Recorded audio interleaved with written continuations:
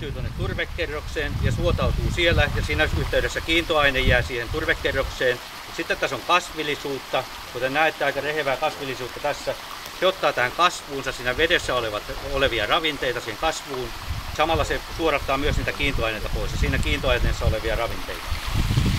Sitten varsinkin näin kesäaikana niin tämmöinen kenttä, niin tähän hairuttaa vettä paljon. Että se vesimäärä, mikä lähtee eteenpäin, niin se pienenee kesäaikana. Talviaikana tätä ei tietysti tapahdu. Ja tässä niin kuin näette, niin tämä luonto, niin kuin tänne johdetaan ympäri vuoden isoja vesimääriä. Tämä mitoitus on semmoinen ohje, että noin 4% valuma-alueesta. Jos on 100 hehtaarin turvetuotantoalue, 4 hehtaaria pintavaikutuskenttä.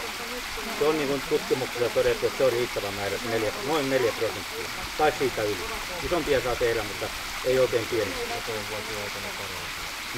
Niin. Sillä